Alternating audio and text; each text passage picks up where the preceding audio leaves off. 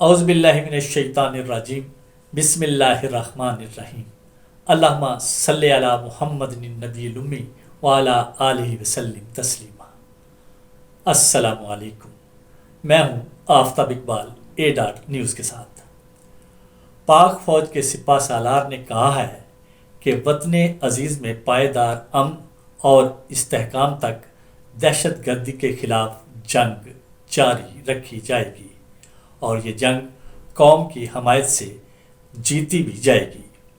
سپہ سالار نے کل بروز منگل وادی تیرا کا دورہ کیا۔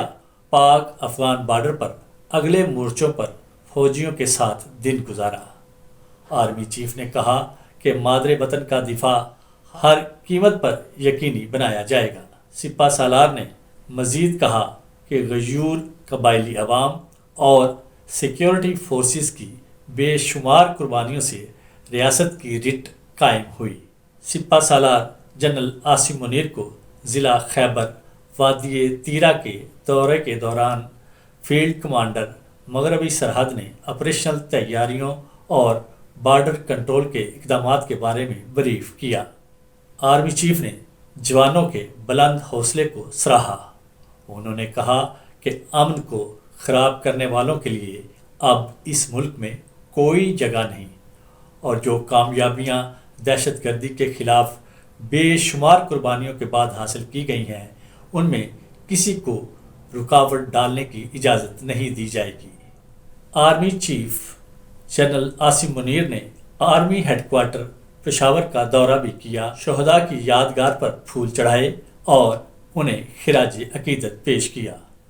آرمی چیف کا پچھلے چند دنوں میں یہ دوسرا اہم دورہ ہے۔ پہلا دورہ انہوں نے آزاد کشمیر LOC پر کیا اور بھارت کو کسی بھی شرارت کے جواب میں مؤثر کارروائی کریں گے، اور اب اس پاک افغان بارڈر کے دورے پر بھارت اور دہشت گردوں کو واضح پیغام دیا کہ ملک کی سلامتی پر اب کوئی سمجھوتا نہیں ہوگا۔ بھارت کو کوئی بھی اور کسی بھی قسم کی مہم جوئی نہیں کرنی دی جائے گی، اور اگر بھارت نے کوئی حماقت کی تو اس کا منہ توڑ جواب دیا جائے گا۔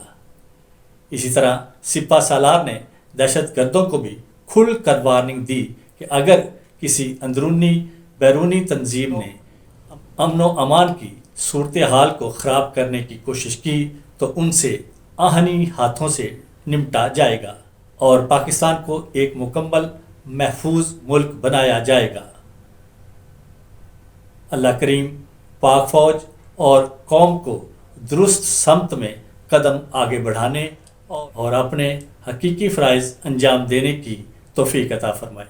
ہم دیکھتے ہیں کہ یہ اہم دورے پوری دنیا کو واضح کر رہے ہیں اور پوری پاکستانی قوم کو ایک ساتھ جوڑ رہے ہیں۔ دیکھنا ہمیں یہ ہے کہ آئندہ آنے والے دنوں میں ہماری قوم اور پاک فوج اس ملک کے لیے کتنا مؤثر مل کر چلتے ہیں اور اس ملک کے لیے بہتر سے بہتر نتائج حاصل کرتے ہیں، کیونکہ قوم اسی وقت آگے بڑھے گی جب تمام ادارے مل کر قوم کے لیے سوچیں گے اور اس کے لیے اپنے فرائض انجام دیں گے۔ اب تک اتنا ہی۔ آفتاب اقبال کو نیوز کے ساتھ اجازت دیجیے۔ اللہ نگہبان۔